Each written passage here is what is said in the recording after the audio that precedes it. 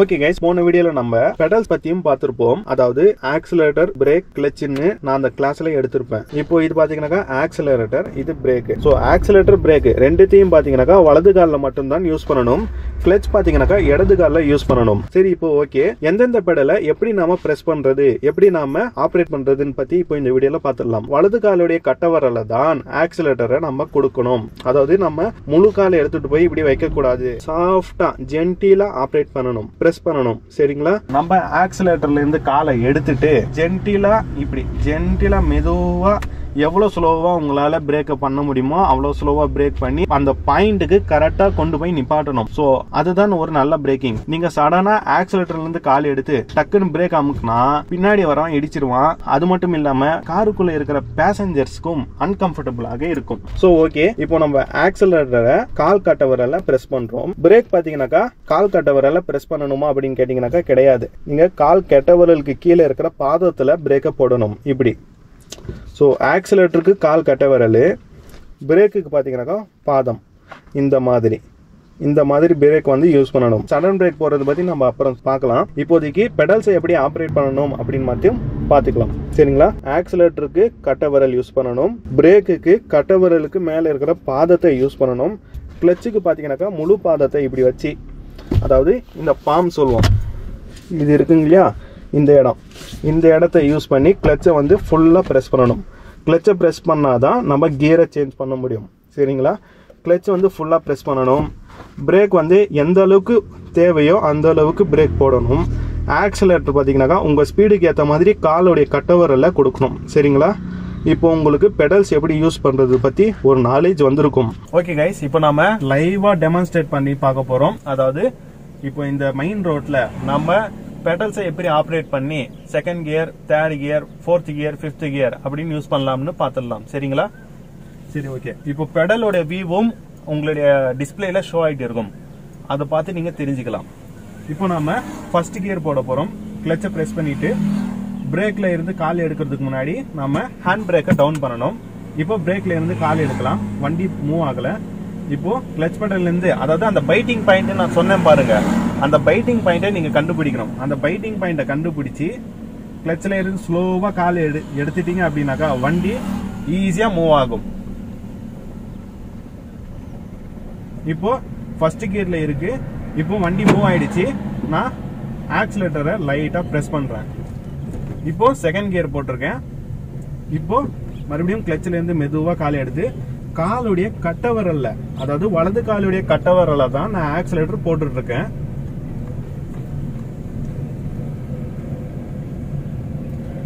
இப்போ 20 kilometre speed வந்துட்டோம். இப்போ மறுபடியும் கிளட்ச் பிரஸ் பண்ணி தேர்ட் கியர் போட்டுட்டு இப்போ கிளட்ச்ல இருந்து கால் எடுத்து கட்டவரல்ல ஆக்சிலேட்டர் கொடுக்குறேன்.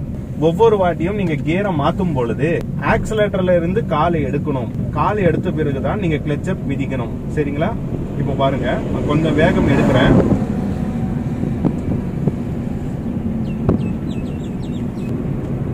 இப்போ 40 km/h ஸ்பீடுக்கு வந்துட்டோம். இப்போ 5th கியர் போட போறோம். நம்ம 5th கியர் போடுறதுக்கு முன்னாடி ஆக்சிலேட்டர்ல இருந்து காலை எடுத்துட்டு கிளட்சை பிரஸ் பண்ணி 5th கியர் போட்டதுக்கு அப்புறம் கிளட்ச்ல இருந்து கால் எடுத்துட்டு ஆக்சிலேட்டரை கொடுக்குறோம். ஸோ ஆக்சிலேட்டரை நம்ம கால் கட்டவரல்ல கொடுக்குறோம். பிரேக்கை நம்ம காலோடைய பாதத்துல கொடுக்கணும். இப்போ நான் வந்து ஒரு பாயிண்ட எய்ம் பண்றேன், தெரியுதுங்களா கேமரால? அந்த சைன் போர்டு கிட்ட நான் வந்து நிப்பாட்ட போறேன். நான் பிரேக்கை மெதுவா கொடுத்து கிளட்சை ஃபுல்லா பிரஸ் பண்ணி லெஃப்ட் சைடு இண்டிகேட்டர் போட்டு இப்போ நான் எய்ம் பண்ண பாயிண்ட்ல வண்டியை நிப்பாட்ட போறேன். ஜென்டிலா, எந்த ஒரு ஜர்க்கும் இல்லாம. பாருங்க, சைன் போர்டை பாருங்க, காட்டுங்கம்மா. கரெக்டா நான் எய்ம் பண்ண இடத்துக்கு வந்து நிப்பாட்டிட்டேன். எந்த ஒரு ஜர்க்கும் இல்ல. இப்போ ஜர்க்குனா என்ன அப்படின்னு நீங்க தெரிஞ்சுக்கணும்னாக்கா இப்போ பாருங்க, நான் ஜர்க்கு, அதாவது பிரேக் போடுறது. பிரேக் வந்து இப்படி சாஃப்டா போடுறதுல ஒரு விதம். சில பேர் பிகினர்ஸ் பயந்துகிட்டு பிரேக் எப்படி பண்ணுவீங்க அப்படின்னாக்கா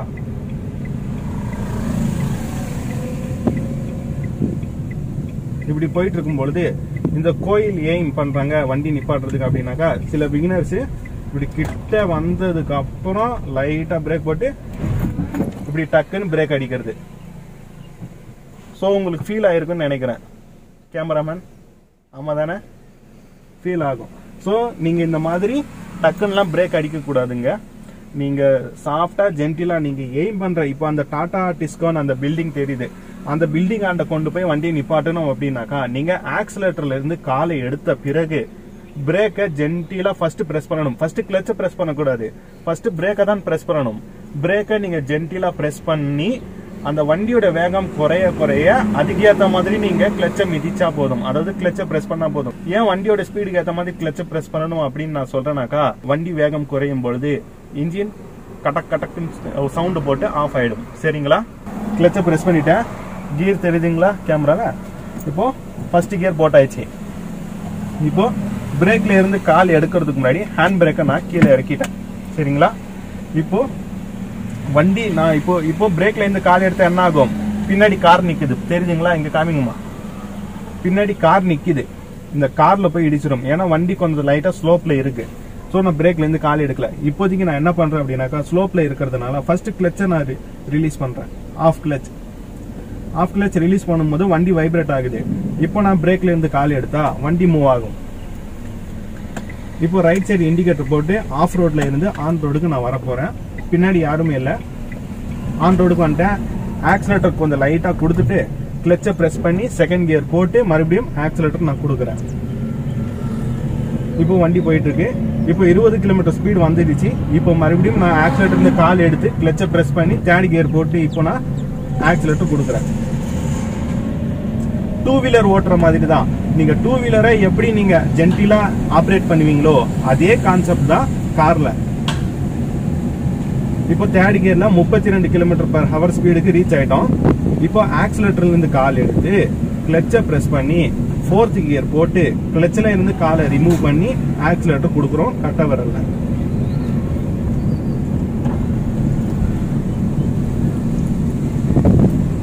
ஸோ நல்லா உங்களுக்கு அது புரியும் நான் நினைக்கிறேன்.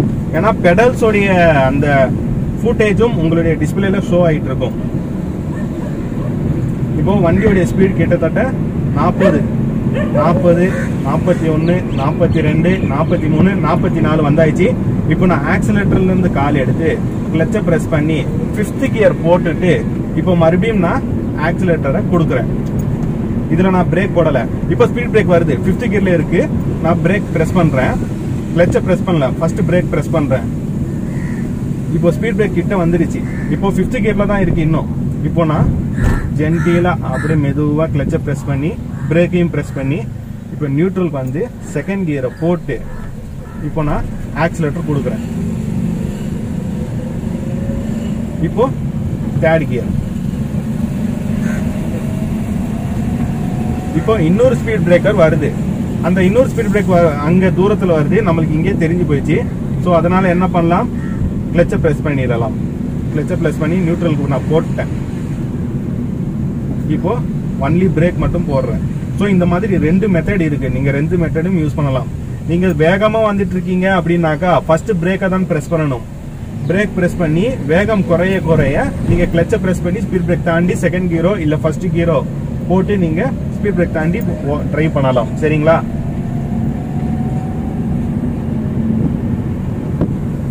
இப்போ 4th கியர்.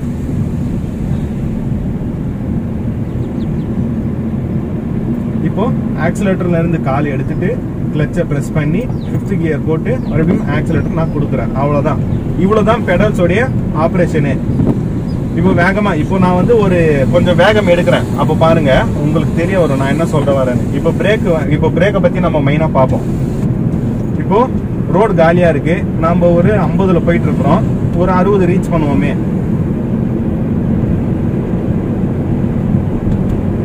ஓகே, இப்போ நாம 60 ரீச் பண்ணிட்டோம். இப்போ ஆக்சிலேட்டர் இருந்து கால் எடுத்து இப்போ வண்டி நிப்பாட்ட போறோம் அப்படின்னாக்கா, கைஸ் இப்போ ஒரு ட்ராஜடி நடந்துருச்சு. ட்ராஜடி மீன்ஸ் ஒரு இன்சிடென்ட். நான் உங்களுக்கு பெடல் வியூ பத்தி பேசிட்டு இருந்தேன்ல, அந்த பிரேக் பத்தி நான் சொல்றேன். ஒரு 60 கிலோமீட்டர் போனதுக்கு அப்புறம் எப்படி பிரேக் அப்ளை பண்றது அப்படின்னு சொல்லலாம்னு இருக்கும்போது 2 வாட்டி ட்ரை பண்ணேன். 2 வாட்டி என்ன ஆச்சுனாக்கா கோப்ரோ ஆஃப் ஆயிடுச்சு. அதாவது இந்த பேட்டரி வீங்கி இருக்கு, பேட்டரி செம்ம ஹீட்டா இருக்கு. ஸோ அதனால நான் என்ன பண்ண போறேன்னாக்கா பேட்டரியை வேற மாத்த போறேன். இப்போ அந்த பழைய பேட்டரி கோப்ரோல வந்த ஸ்டாக் பேட்டரியை விட்டுட்டு இந்த புது பேட்டரி போட போறேன். இந்த புது பேட்டரி ஒன்னே ஒன்று தான் இருக்கு இப்போ என் கையில. இந்த ஒரு பேட்டரி வச்சு இந்த வீடியோவை நான் முடிச்சாக்குறோம். ஸோ சாரி கைஸ் டிலே ஆனதுக்கு. இப்போ நம்ம பெடல் வியூ பற்றி பார்த்தலாம், பிரேக்கிங் பற்றி பார்த்தலாம். சரிங்களா? ஓகே கைஸ், இப்போ நம்ம மறுபடியும் வீடியோவை ரீஸ்டார்ட் பண்ணலாம். ஃபர்ஸ்ட் கியர் போட்டாச்சு, ஹேண்ட் பிரேக் டவுன் பண்ணியாச்சு. பிரேக்லேருந்து கால் எடுக்கிறதுக்கு முன்னாடி ஆஃப் கிளச் எடுத்து இப்போ வண்டியை மூவ் பண்ண போகிறேன். வண்டி மூவிங்கில் இருக்குது, பைட்டிங் பாயிண்ட்ல, அதாவது கிளச் கண்ட்ரோல் மூவிங்ல இருக்கு. இப்போ ஃபர்ஸ்ட் கியர்ல இருக்கும்போது நான் என்ன பண்றேன்னாக்கா ஆக்சிலேட்டர் போடுறேன். இப்போ செகண்ட் கியர் மாத்திட்டேன். இப்போ மறுபடியும் ஆக்சிலேட்டர் போடுறேன். இப்போ கிளச்ல இருந்து கால் எடுத்துட்டு தேர்ட் கியர் போட்டேன். இப்போ ஆக்சிலேட்டர் போடுறேன். இப்போ 33 கிலோமீட்டர் ஸ்பீடுக்கு வந்தாச்சு. ஆக்சிலேட்டர் இருந்து கால் எடுத்து இடது கால கிளச்ல மிதிச்சு இப்போ ஃபோர்த் கியர் போட்டாச்சு. ஆக்சிலேட்டர் போடுறேன். கொஞ்சம் வண்டி ஸ்பீடு எடுத்ததுக்கு அப்புறம் பிரேக் பத்தி நான் உங்களுக்கு எக்ஸ்பிளைன் பண்றேன். இப்போ ஃபோர்த் கியர், இப்போ ஃபோர்த்ல இருந்து ஃபிஃப்த் கியர். இப்போ டாப் கியர்ல இருக்கு வண்டி. இப்போ டாப் கியர்ல ஃபிஃப்த் கியர்ல இருக்கு. நான் ஆக்சிலேட்டர் மட்டும் கால் கட்ட வரல கொடுத்துட்டு இருக்கேன். ஸோ நல்லா தெரியுதுங்களா உங்களுக்கு? கட்ட வரல கொடுக்கணும், இப்படி எடுத்து பண்ணக்கூடாது. ஒன்லி கட்ட வரல ஜென்டிலா கொடுக்கணும், ரொம்ப சாஃப்டா, ஊறுகாய தொட்டுக்கிற மாதிரி தான். சரிங்களா? ஊறுகாயை எப்படி நம்ம தொட்டுப்போம் சாப்பாட்டுக்கு, அந்த மாதிரி தான். கால் கட்ட வரல ஜென்டிலா அப்படியே ஆக்சிலேட்டரை பிரஸ் பண்ணணும். இப்போ நம்ம ஸ்பீடு எடுக்கலாம்.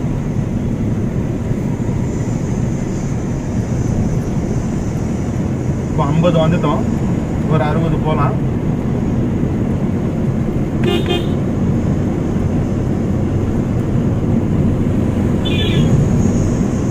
இப்போ ஓகே, 60 ரீச் பண்ணிட்டோம். 60க்கு மேலேயே வண்டி போயிட்டு இருக்கு, 62, 63. இப்போ நான் வந்து பிரேக் போட போறேன். எந்த இடத்துல நான் எய்ம் பண்ண போறேன் அப்படின்னு பாத்தீங்கன்னாக்கா, இப்போ அந்த கரும்பு வண்டி, அந்த செகண்ட் கரும்பு வண்டியாண்ட நான் பிரேக் போட போறேன். இப்போ ஃபர்ஸ்ட் நான் ஆக்சிலேட்டர் இருந்து கால் எடுத்து என்ன பண்றேன், பிரேக் போடுறேன். பிரேக் போட்டுட்டு சைட் மிரர் வாட்ச் பண்றேன். இண்டிகேட்டர் போட்டுட்டேன். கரும்பு வண்டி தாண்டி நிப்பாட்டிடலாம். இப்போ வண்டியோட ஸ்பீடு கம்மியானதுனால நான் ஆக்சிலேட்டர் கொடுத்து இப்போ வண்டி எந்த ஒரு ஜர்க்கும் இல்லாம ஸ்மூத்தா நிப்பாட்டிட்டேன். கேமராலே உங்களுக்கு தெரிஞ்சிருக்கும், ஜர்க்கு இல்லாம நான் வண்டியை நிப்பாட்டி இருக்கிறேன் ஸ்மூத்தா. ஸோ நீங்க வண்டியை ஓட்டும் பொழுது, அதாவது வண்டியை ஒரு இடத்துல நிப்பாட்ட போறீங்க அப்படின்னாக்கா, ஒரு மேக்ஸிமம் 60, 70, 80, 100ல போறீங்கன்னு வச்சுக்கோங்க. மேக்ஸிமம் எல்லாரும் 100ல தான் போறீங்க. நான் சொல்ற பேச்சு எங்க கேக்குறீங்க? 70ல போங்கன்னு சொல்றேன், கேட்க மாட்டேங்கிறீங்களே. 70ல எப்படி ப்ரோ போறது அப்படின்னு ஒருத்தர் கேட்கிறாரு போன வீடியோல. ஆனா என்னுடைய மேக்ஸிமம் ஸ்பீடே 55ல இருந்து 60 தான் என்னுடைய மேக்ஸிமம் ஸ்பீடு. எனக்கு அந்த சகிப்புத்தன்மை இருக்கு, நான் பொறுமையா ஓட்டுவேன். என் கார்ல என்னை நம்பி என் ஃபேமிலி உட்காந்துட்டு வராங்க, அவங்களுடைய உயிருக்கு நான் தான் பொறுப்பு அப்படிங்கறதுனால நான் 60ல போறேன். 70ல எப்படி ப்ரோ போறது அப்படின்னு ஒருத்தர் கேட்கிறாரு. அது அவங்கவுங்களுடைய இஷ்டம், நான் ஒன்னும் சொல்றதுக்கு இல்லை. அதுக்கப்புறம் உங்களுடைய ஃபேமிலியோட சேஃப்டி உங்க கையில தான் இருக்கு. யார் வண்டி ஓட்டுறீங்களோ அவங்க கையில தான் இருக்கு. இப்போ வந்து பாத்தீங்கன்னாக்கா பிரேக்கிங், நீங்க ஒரு 100ல போயிட்டு இருக்கீங்க, 90ல போயிட்டு இருக்கீங்க. இப்போ ஒரு எய்ம் பண்ண இடத்துக்கு பிரேக் போடணும் அப்படின்னாக்கா ஃபர்ஸ்ட் கிளச் அமுக்க கூடாது, ஃபர்ஸ்ட் நீங்க பிரேக்கை தான் போடணும். நீங்க பிரேக்கை போட்டதுக்கு அப்புறம் வண்டியோடைய ஸ்பீடு குறைய குறைய கிளச்சை பிரஸ் பண்ணி, அதுக்கப்புறம் பிரேக்கை அந்த எய்ம் பண்ண பாயிண்ட் கார் கிட்ட வந்ததுக்கு அப்புறம் பிரேக்கை இன்னும் கொஞ்சம் லைட்டா பிரஸ் பண்ணி சாஃப்டா நிப்பாட்டணும். நீங்க ஹார்டா பிரேக் பிரஸ் பண்ணா காருக்குள்ள உட்காந்து இருக்கிற பேசஞ்சர்ஸ்க்கு அன்கம்ஃபர்டபுளாக இருக்கும். இதை நீங்க பிராக்டிஸ் பண்ணுங்க. பிராக்டிஸ் பண்ண உங்களுக்கு நல்லா ஒரு பழக்கமாயிடும். நீங்க 5th கியர் போட்டு பிராக்டிஸ் பண்ண வேண்டாம், பிகினர்ஸ். நான் உங்களுக்கு தான் சொல்லிட்டு இருக்கேன். நீங்க ஒரு தேர்ட் கியர்ல ஓட்ட கத்துக்கோங்க. காரை எவ்வளவு பொறுமையா ஓட்ட முடியுமோ அவ்வளவு பொறுமையா ஓட்டுங்க. அப்போதான் உங்களால இந்த ஸ்டேரிங் கண்ட்ரோலையும் நல்லா கத்துக்க முடியும்.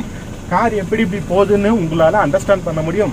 காருடைய சைஸுக்கு ஏற்ற மாதிரி left side judgement, right side judgement பத்தி உங்களுக்கு ஒரு நாலேஜ் வரும். சரிங்களா? ஸோ நீங்க தேர்ட் கியர், 3வது கியர்ல ஓட்ட கத்துக்கோங்க. 3வது கியர்ல ஒரு 10 நாள் 8 நாள் கத்துக்கினாலே போதும். அதுக்கப்புறம் நீங்க 4th கியருக்கு வாங்க. 4th கியர்ல ஒரு மேக்சிமம் ஒரு வாரம் போதும். ஏற்கனவே நீங்க ஒரு 10 நாள் தேர்ட் கியர்ல கத்துக்கிட்டு இருக்கீங்க. இப்போ 4th கியர்ல ஒரு வாரம் கத்துக்கிட்டீங்க அப்படின்னாக்கா நீங்க ஓரளவுக்கு அந்த டிரைவிங்கோடைய அந்த ஸ்கில்ஸை வளர்த்துப்பீங்க. கிளச்சை எப்படி பிரஸ் பண்ணணும், பிரேக்கை எப்போ டைமிங்க்கு பிரஸ் பண்ணணும், ஸ்பீட் பிரேக்ஸை எப்படி நம்ம சாஃப்டா ஏறி இறங்கணும், ஸ்டேரிங்கை எப்படி கண்ட்ரோல் பண்ணணும், ஜட்ஜ்மெண்ட்டை எப்படி புரிஞ்சுக்கணும்னு அந்த ஐடியா வந்துடும். சரிங்களா? அதுக்கப்புறம் நீங்க பழக 5th கியர் போட்டு ட்ரை பண்ணுங்க. இந்த மாதிரி ஒரு எம்டி ரோட்ல ஃபர்ஸ்ட் ஒரு எம்டி ரோட்லுக்கு பழகுங்க. இந்த டிராபிக்கான ரோட்ல வேண்டாம். டிராபிக்கான ரோட்ல பாத்தீங்கன்னாக்கா எக்ஸ்பர்ட் இருக்கட்டும் பக்கத்துல, டிரைவிங் எக்ஸ்பர்ட் இருந்து நீங்க டிராபிக்ல ஓட்டுறீங்கன்னாக்கா அது ஓகே. நீங்களா தனியா கத்துக்க போறீங்க அப்படின்னாக்கா கூட யாராவது தெரிஞ்சவங்களை உட்கார வச்சுட்டு இந்த மாதிரி காலியான ரோட்ல அவங்க இன்ஸ்ட்ரக்ஷன் கொடுக்க இல்ல நான் இன்ஸ்ட்ரக்ஷன் கொடுத்துருக்கிறேன் வீடியோல என் வீடியோவை பார்த்து நீங்க ஓட்ட பழகுங்க. சரிங்களா? இப்போ அடுத்தது நம்ம என்ன பார்க்க போறோம் அப்படின்னாக்கா கியர் பத்தி பார்க்க போறோம். ஆனா இந்த வீடியோ கிடையாது, அது அடுத்த ஒரு புதிய வீடியோ. சரிங்களா? இப்போ இந்த வீடியோவை நம்ம இதோட முடிச்சுக்கலாம். ஸோ பெடல்ஸ் பத்தி உங்களுக்கு ஒரு நாலேஜ் வந்திருக்கும், பிரேக்கிங் பத்தி ஓரளவுக்கு நாலேஜ் வந்திருக்கும். ஏதாச்சும் டவுட்ஸ் இருக்குனாக்கா நீங்க கீழே கமெண்ட் பாக்ஸ்ல கேளுங்க. அந்த டவுட்ஸுக்கு ஏத்த நான் ரீப்ளே வீடியோவா போஸ்ட் பண்றேன். சரிங்களா? கைஸ், இன்னொரு விஷயம், நம்மளுடைய வீடியோக்கு லைக் போட்டுருங்க. அந்த சேனலை சப்ஸ்கிரைப் பண்ணி பெல் பட்டனை பிரஸ் பண்ணி மேலே இருக்கிற ஆளுங்கிற ஆப்ஷனை கிளிக் பண்ணிக்கோங்க. அப்படி ஆளுங்கிற ஆப்ஷனை கிளிக் பண்ணா மட்டும்தான் நான் போடுற வீடியோட நோட்டிபிகேஷன் உங்களை வந்து அடையும். அண்ட் நான் போடுற வீடியோ உங்களுக்கு யூஸ்ஃபுல்லாக இருக்கும்னு நான் நம்புறேன். அப்படி இருந்தா கீழே கமெண்ட் பாக்ஸ்ல எனக்கு தெரிவிங்க. அண்ட் மேற்கொண்டு இந்த வீடியோல ஏதாச்சும் டவுட்ஸ் இருக்குனாலும் நீங்க கமெண்ட் பாக்ஸ்ல கேளுங்க. நான் உங்களுடைய டவுட்ஸை கிளாரிஃபை பண்றதுக்கு நான் கண்டிப்பா ரீப்ளை கொடுப்பேன். மீண்டும் அடுத்த ஒரு புதிய வீடியோல சந்திப்போம். அதுவரை உங்களிடம் விடை பெறுவது உங்கள் ஆட்டோ டெக்.